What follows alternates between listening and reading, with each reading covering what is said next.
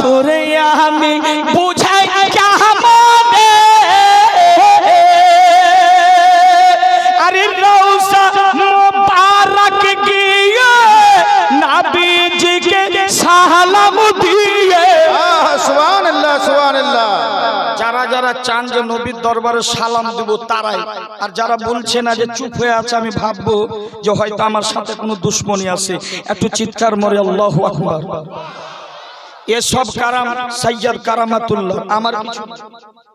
এ আল্লাহর ওলির পাওয়ার ক্ষমতা কত আছে আপনারা দেখাই যাও আজকে যে আল্লাহর ওলিদের পাওয়ার জিন্দা কারামত। কমসে কম 3 মাস ধরে প্রোগ্রাম চলছে, আওয়াজ সহি সালামত, মনে হচ্ছে বের হবে না, কিন্তু আল্লাহর ওলির কারামত। জি জি জি বেশক। জোরে কোন সুবহানাল্লাহ। ওহ মদিনারে তোর বুকে আমার নবী, যার লেগে পাগল সবই, যার তরে সৃষ্টি ত্রিভুবন। ওহ মদিনারে তোর কাছে গেলে পারে সকল গুণ জয়িত সরে, তোরে আমি বুঝাই কেমনে আরে রওজা মুবারক গিয়ে নবীজিকে সালাম দিয়ে বলিতাম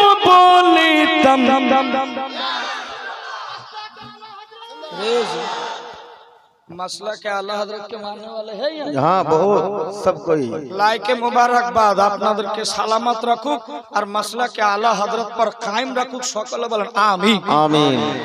আমি বাংলাদেশে জিজ্ঞেস করেছিলাম, মরিশাস আফ্রিকাতে গেলাম, ওখানেও জিজ্ঞেস করেছিলাম, যেহেতু আমি উর্দু বলেছিলাম ওখানে আর বাংলাদেশে বাংলা বলেছিলাম, তো আমি বললাম যে মাসলা কে আলা হযরত, আচ্ছা ভাই আপনাদের কি এখানে কোনো প্রপার্টি আলা হযরত দিয়ে গেছেন নাকি? বলে হুজুর না। তাহলে তাকে চিনো? বলে ঠিক মতো চিনিও না, কিন্তু নবীর একজন আশিকে রাসূলের নাম হচ্ছে সুবহানাল্লাহ। আপনাদের এই বীরভূম ডিস্ট্রিক্টে এই সালামটা পড়া হয় মুস্তাফা জানে জি জি জি রহমতেল, পড়েন কি না? হ্যাঁ কিন্তু এটা কার লেখা সালাম জানেন? হুজুর আলা আমার আলা হযরতের লেখা সালাম, है ना, মুস্তাফা জানে রহমতুল্লাহ সালাম, এই আলা হযরতের লেখা। এই যে প্রতিটা মসজিদে খানকাতে দেখবেন তাফসিরের কোরআন যদি দেখেন কানজুল ঈমান, এটার অনুবাদও আমার আলা হযরত করেছে। ভারতের সরজমিনে আল্লাহ ওয়ালারা পৃথিবীর জমিনে দয়াল খাজা বাবা মহারাজা ভারতের সরজমিনে যখন আসেন, তিনি আসলেন একজন মুরিদ যার নাম হচ্ছে বাবা কুতবুদ্দিন বখতিয়ার কাকি রহমতুল্লাহ আলাইহি। এই করে 40 জনকে মুরিদ করলেন, ভারতের সরজমিনে আসলেন। পৃথিবীরাজের সাথে অনেক লড়াই হয়েছে আর তিনি দাওয়াত দিয়েছেন, তিনি বেধর্মী মানুষকে কলমা পড়িয়ে ফার্সি ছন্দ মেহফিলে সেমা করে করে প্রায় 90 লাখ বেধর্মীকে কলমা পড়িয়ে মুসলমান। আর ইসলাম নিয়ে যখন কাড়াকাড়ি করতে লাগলো, মাজার ভাঙা চলবে না, মাজার ভেঙে দাও, মাজারে চাদর চলবে না, ফুল চড়া যাবে না, এটা বেদাত, ওটা শিরক, নাজায়েজ ও হারাম। কিছু 24 নম্বর ওয়াহাবি চুলবুলি যারা শবে বারাতের মুখালিফ, যারা শবে বারাত মানে না, এই যে আসছে শনিবার দিবগত রাত্রে আপনাকে সেহরি খেতে হবে, সোমবার রাত্রে 15 শাবান, আল্লাহর কসম ভাগ্য বদলে যাবে। তো আলা হযরত আজিমুল মারতাবা যখন পৃথিবীর ভারতে যখন আসলেন ঈমান নিয়ে কাড়াকাড়ি, ওই মুহূর্তে 810 বছর বেরিয়ে গেলেন। আলা হযরতের আগে আমার খাজা গরিব নওয়াজ, তিনি তো ইসলামটা প্রচার করে দিয়েছেন, কিন্তু ইসলামের সুরক্ষিত ঈমানের হেফাজত করবেন কে? তো আমার আল্লাহ বারেলির ধরতিতে ইমাম আহমদ রাজাকে। একটু জোরে বলেন সুবহানাল্লাহ। ওই আশিক যার মাজার রয়েছে সামনে, আল্লাহর কসম সাইয়্যিদ কারামাতুল্লাহ আমার আলা হযরত এমন আশিকে রাসূল ছিলেন যিনি সাইয়্যিদের মাকাম, সাইয়্যিদ বংশের মর্যাদা বারেলির ইমাম আহমদ রাজা করিয়েছেন। জোরে বলেন আলা হযরত ফাজিলে বারেলিবি। শুনতে রাজি আছেন আপনারা? এই সাইয়্যদ বংশের শুনতে রাজি আছেন? এদের মাকাম উঁচু বারেলির ইমাম আহমদ রাজা করেছেন। আমার আলা হযরত ইমামে আহলে সুন্নাত ইমাম আহমদ রাজা কোথাও সফরে যাচ্ছেন, তো 100 বছর পূর্বে 105 বছর পূর্বে আগে কিন্তু পালকি বহন করা হতো। যারা পুরাতন মানুষ রয়েছেন আমার আব্বাজিরা, তারাই বলতে পারবেন যে আগে মানুষ পালকিতে করে বিয়ে করতে যেত, ঠিক না বাবা? কিন্তু আলা হযরতের পিরিয়ডে আলা হযরত কোথাও সফরে যাবেন, 4 জন পালকি বহনকারী, পালকিতে যেমনই আলা হযরত কদম রেখে বসবেন, 2-1 কদম আগে চলেছেন আমার আলা হযরত বেরেলির আহমদ রাজা, তিনি নাকে সুগন্ধ পাচ্ছেন খানদানে নবীর বংশের ফুলের খুশবু। কার খুশবু পেলেন? নবীর বংশের সৈয়দ বংশের খুশবু। আমার আলা হযরত বলছে বেটা पालकी रोको, पालकी रुकवाया गया। आला हजरत नीचे आए, आने के बाद मेरे आला हजरत फरमाते हैं, তিনি বলছেন বাবা এই 4 জনের মধ্যে কে এমন আছো নবীর বংশের ফুল, একটু পরিচয়টা দাও। আমার আলা হযরতকে কেউ বলছে না, কিন্তু যিনি ছিলেন গায়ের রংটা বেশ কালো, হাবশি বেলালের মতো কালো রং, বলছে হুজুর আমি গুনাহগার মানুষ, আমি হচ্ছি নবীর বংশের ফুল। আমার আলা হযরত নিজের পাগড়িটা খুলে সৈয়দ জার কদমে রেখে, मोहब्बते मोहब्बते बोलो सुभान, कदमे रेखे दिलेन। बोले हुजूर सरकार आप ऐसा कर रहे हैं, ये गलत है। बोले इतना पर्यंत नय, যতক্ষণ তুমি আমাকে ক্ষমা না করে দিবা বাবা আমি আহমদ রাজা ততক্ষণ আমি সন্তুষ্ট হব না। আমার আলা হযরত বলছেন শোনো আমাকে ক্ষমা করে দিন। বলে কি কথা বলছেন, কেন ক্ষমা করব? আমার আলা হযরত বলছেন শোনো কাল কিয়ামতে হাসরের ময়দানে আমার নবীর সাথে যখন আমার দেখা হবে, আর যদি বলি যে আমি আশিকে রাসূল ছিলাম, আমি নবীর প্রেমিক ছিলাম, তো উত্তরটা কি দেব? আমার আহমদ রাজা আমি আমার রাসূল যদি জিজ্ঞেস করে আমি উত্তরটা কি দেব? আমাকে ক্ষমা করে দাও। বলে এইভাবেও হবে না। আমার আলা হযরত তাকে পালকিতে বসিয়ে মোহাল্লা সওদা গ্রাম পর্যন্ত নিয়ে গেছিলেন। জোরে বলুন সুবহানাল্লাহ। আমার আলা হযরত বসিয়ে তিনার সন্তান সরকার মুফতি আজম হিন্দকে বলেছিলেন বাবা যতক্ষণ পর্যন্ত এই আলিমে দ্বীন না হয়ে যাবে তাকেও এখান থেকে বেরেলি শরীফ থেকে যেতে দেবে না। তার নাম হচ্ছে হযরত মাওলানা শামসুদ্দিন সাহেব কিবলা। জোরে বলুন সুবহানাল্লাহ। গভীর মনোযোগ।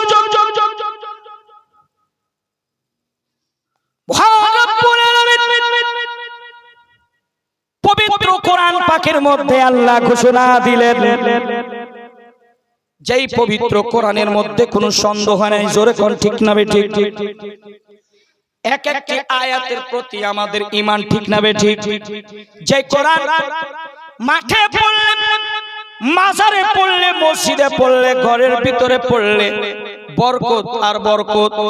বনি ইসরাইলের একজন মহিলা কোরআন পড়তে জানতো না, কিন্তু কোরআনকে এতটা ভালোবেসেছিল, এতটা ভালোবাসে বাবা। কোরআন তো পড়তে জানতো না, কিন্তু কোরআনটাকে চুমন দিয়ে জুসদানের উপরে চুমন দিয়া রাত্রের বেলা উঠায়া রাখতে। এই কোরআন 6666টি আয়াত। আমার রব কয় আর রহমানু আল্লামাল কুরআন।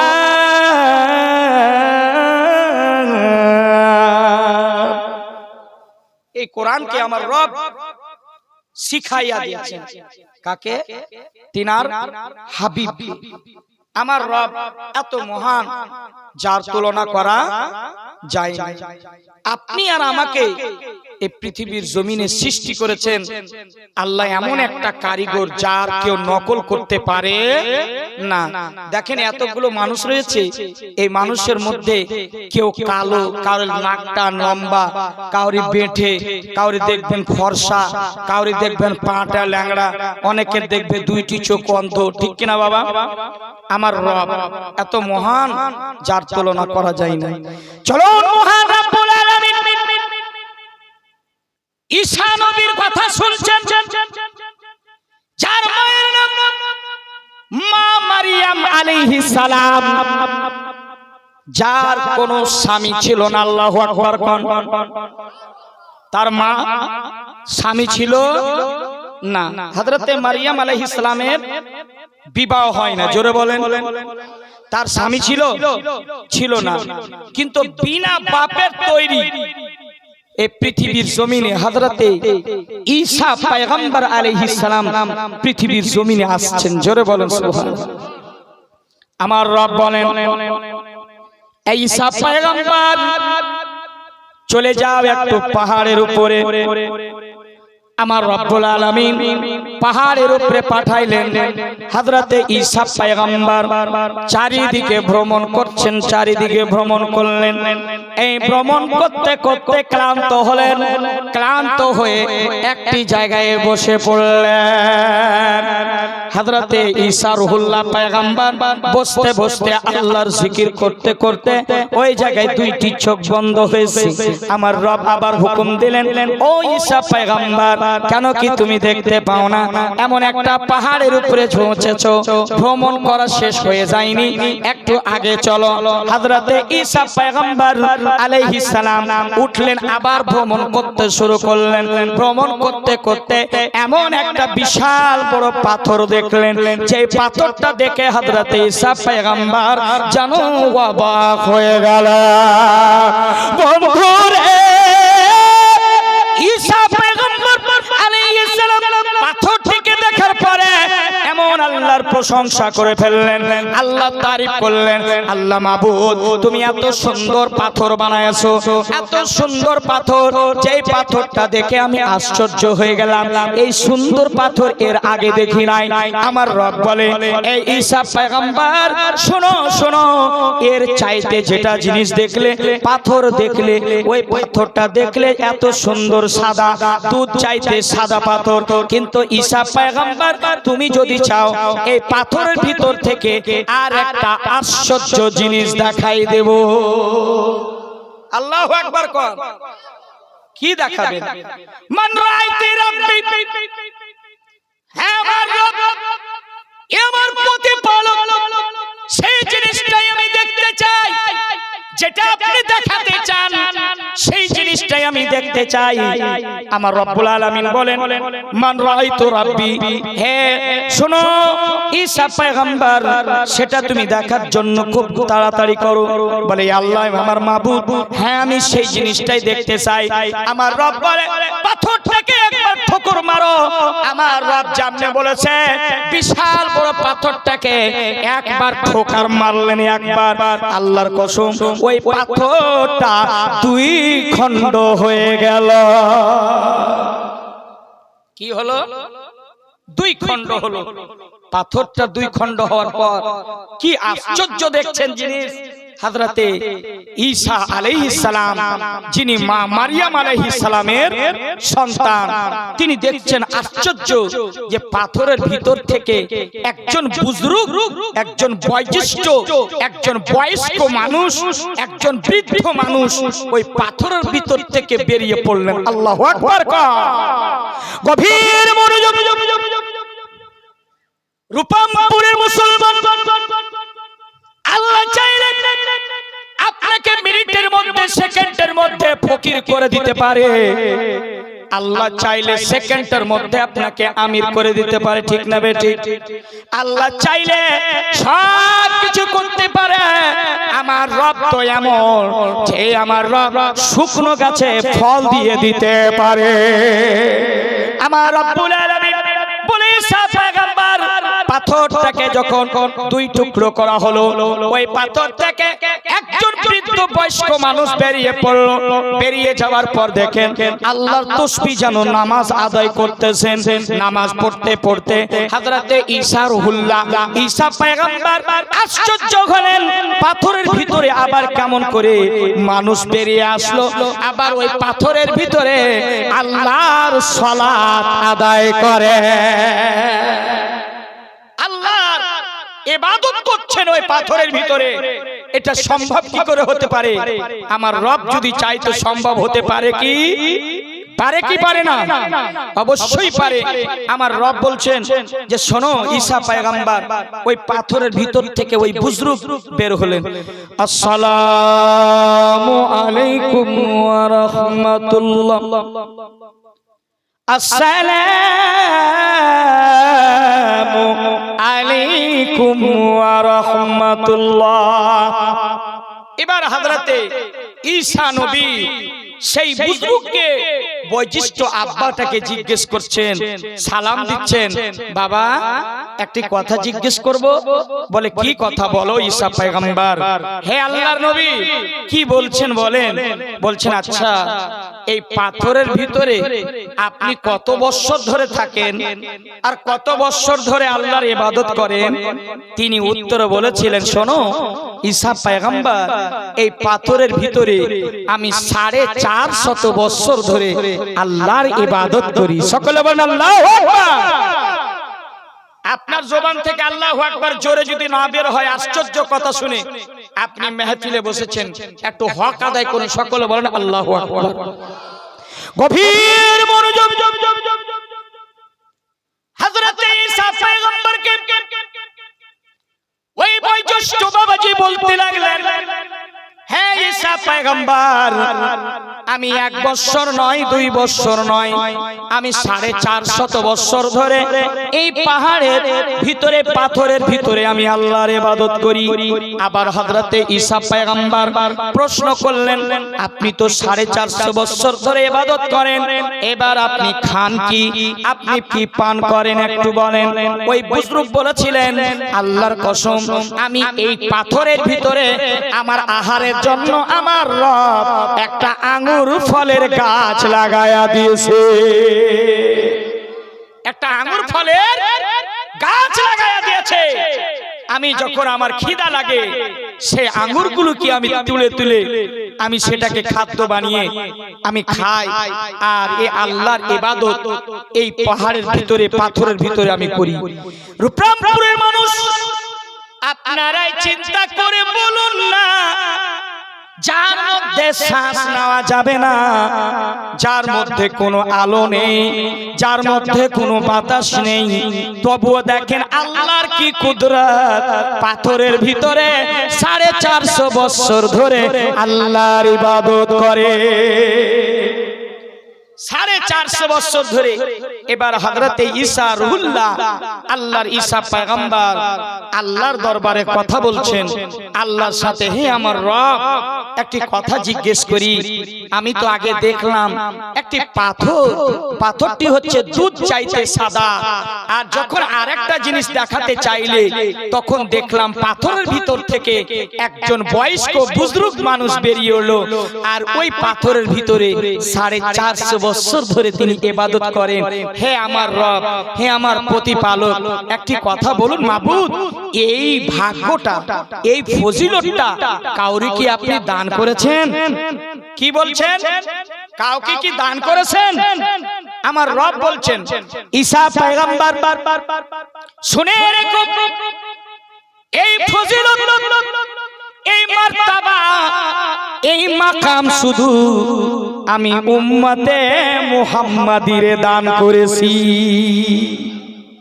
আমার মুহাম্মদ উম্মতিকে দান করেছি। যারা শাবান মাসের 14 তারিখে রোজা রাখবে, সিয়াম পালন করবে এবং 15 তারিখে রোজা রাখবে আর রাত্রের বেলায় নফল ইবাদত করবে। আল্লাহু আকবার কোন। রাত্রের বেলা নফল ইবাদত করবে, 2টা রোজা রাখবে নফল রোজা। মায়েরা ওই রোজা দুটি আপনি ওই রোজা 14 এবং 15 তারিখে রাখবেন। আর যারা পবিত্র কোরআনে তেলাওয়াত করতে জানেন, ওই গভীর রাতে ইবাদতের পরে আপনি আল্লাহর কোরআন খুলে দিয়ে সারা রাত্রি কাটিয়ে দিবেন। আমার রব বলে, শোনো ঈসা পয়গম্বর আল্লাহর কসম এই ফজিলত উম্মতে মুহাম্মদীকে দান করেছি। যারা এই রাতে রোজা রাখবে আর এই রাতে ইবাদত করবে, আমি আল্লাহ 450 বছরের নেকিটুকু ওই রাতে দান করে থাকি। ওই রাতে শবে বরাতের রাতে 14 এবং 15 তারিখ আপনাদের অত্র এলাকায় এই রোজাটা রাখা হয়। বাবা কথা বলে রাখেন, কিন্তু যুবকেরা রাখে না, এরা তো ফরজ রোজায় রাখে না, এরা নফলের ধারও ধারে না, কথা ঠিক বললাম কিনা? কিন্তু অনেক মা রাখে আর অনেক মা আবার রাখে না। কিন্তু বিশেষ করে আমার মায়েদেরকে বলবো, আর রূপরামপুরের মুসলমান আপনাদেরকে বলে যায় যে এই দুটা রোজা রাখার চেষ্টা করুন। রাজব মাসের দুটা চলে গেছে, শাবান মাসের দুইটা রোজাই যা আসছে, আর আপনার রমজান মাস। আমার রব কি বলছেন জানেন? যে রাজব মাসে আপনি ফসল বুনুন, আর শাবান মাসে তার বীজ ফুটে রমজান মাসে ফল দেয়। জোরে বলেন সুবহানাল্লাহ। এই রহমতের মাস চলে আসছে, দুইটি রোজা রাখবেন, 14 এবং 15। কতটুকু ফজিলত আছে? হযরতে ঈসা পয়গম্বর তিনি বলছেন, আল্লাহর কসম, যারা ওই রাতে নামাজ পড়ে তাসবিহ তাহলিল করে নিজের বাবা মায়ের কবরে গিয়ে হাজিরি দিবে, দোয়া করবে, খাইর ও বরকত করবে, ওই রাতে মাহফিল মিলাদ করবে, আল্লাহর কসম 450 বছরের নেকিটুকু তার নামায় আমলে দান করা হবে। জোরে করে সুবহানাল্লাহ। ঈসা পয়গম্বর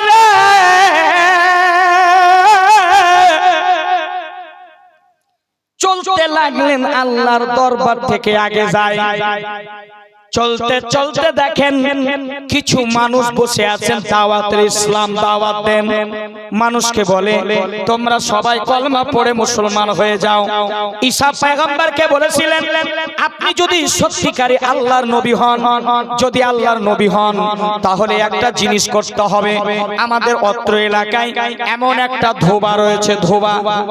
আপনার দিকে কি বলে? যারা কাপড় পরিষ্কার করে তাকে কি বলে ভাই? কি বলে?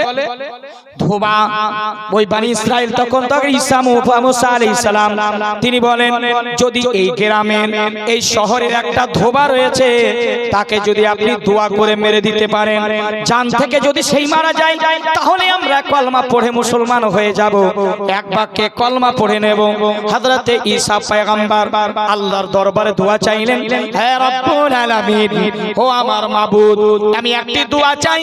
এই গ্রামে এমন একটা ধোবা রয়েছে, এই ধোবাটা যদি মারা যায়, তাহলে তারা কলমা পড়ে মুসলমান হয়ে যাবে, আর যদি মারা না যায়, তাহলে তারা কলমা পড়ে মুসলমান হবে না। একটা কথা মনে রাখবে, যারা নবীগণ হন, যারা নেক সালেহ মানুষ হয়, তাদের দোয়া আল্লাহ কবুল করে থাকে। মুসা আলাইহিস সালাম হাত উঠালেন, হাত উঠিয়ে দোয়া চাইলেন, হে আমার রব, এই ধোবাটা যেন মারা যায়, এই ধোবা যেন না বাঁচে, এই ধোবাটা মারা যায়। কিন্তু আব্বা, আমার রব কেমন দোয়া কবুল করেন। এবার চলতে আরম্ভ করেন। হযরতে ঈসা পয়গম্বর আল্লাহর ইবাদতে মশগুল হয়ে গেলেন। আল্লাহর ইবাদত করতে করতে এবার আব্বা আমার হযরতে ঈসা পয়গম্বর বসে পড়লেন, আল্লাহর দরবারে দোয়া চাইলেন। দোয়া চাওয়ার পর বসে পড়লেন। বসে যাওয়ার পর আমার আল্লাহ দেখেন ওই রাস্তা দিয়ে একটা ভিক্ষুক ভিক্ষা করে চলে যায়। হযরতে ভিক্ষা করতে করতে যায়, অনেক ভিক্ষুকটাকে খিদা লাগেছে। খিদার অবস্থায় দেখে ধোবা রাস্তা দিয়ে চলে, অনেকটু কাপড় নিয়ে কাঁধার পিঠে কাপড়কে লোড করে চলে যাচ্ছে। এবার হযরতে ঈসা পয়গম্বর যে দোয়া করেছিলেন, আমার রব কবুল করে নিয়েছেন। কিন্তু রাস্তায় একটা ভিক্ষুক চলে আসে।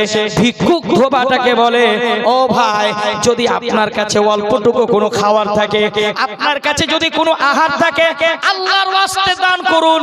আমাকে প্রচন্ড খিদা লেগেছে, আপনি একটু আল্লাহর রাহে দান করুন।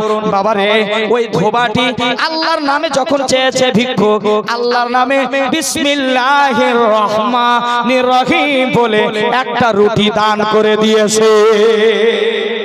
জোরে বলুন সুবহানাল্লাহ। একটা রুটি যখন দান করে দিলেন, এবার ভিক্ষুক আরেকটা বলে, ভাই, আমি অনেক খিদা পেয়েছি, যদি আর একটা রুটি দান করে দাও আল্লাহর ওয়াস্তে, তাহলে আপনার জান মাল হেফাজতে রাখবে আল্লাহ। আপনি একটা রুটি যদি দেন। এবার ধোবাটি কি করলেন বাবা, আর একটা রুটি আল্লাহর ওয়াস্তে ওই ভিক্ষুকটিকে দান করে দিলেন।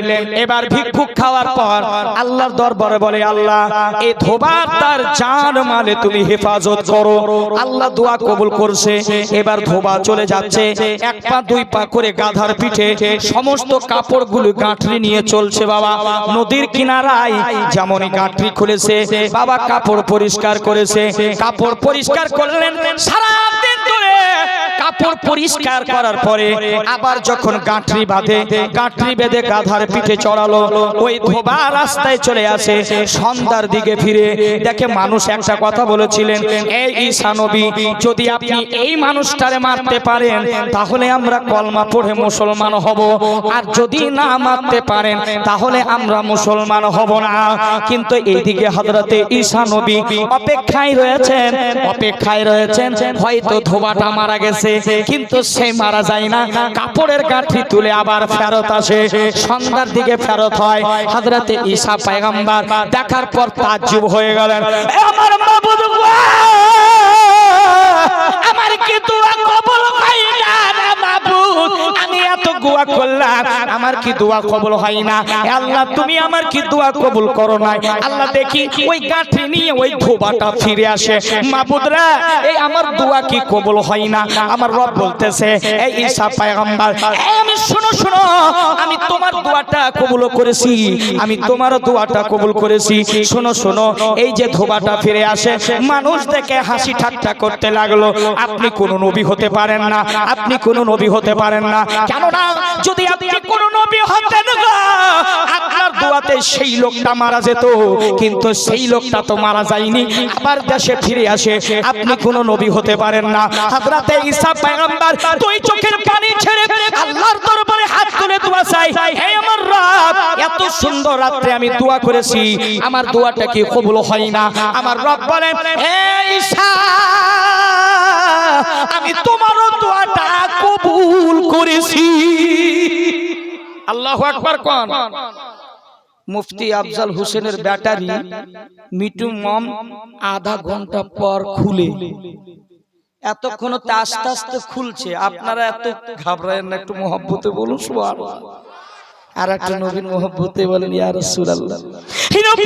মুসলমানরা, আল্লাহর পয়গম্বর হযরতে ঈসা রূহুল্লাহ আল্লাহর দরবারে দোয়া চাইলেন, হে আল্লাহ, আমার দোয়াটা কি কবুল হয়নি? যতগুলো পৃথিবীর জমিনে নবী আসছে, আল্লাহ তাদের দোয়া তুমি রদ করো না, তাহলে দোয়াটা কবুল করে থাকো।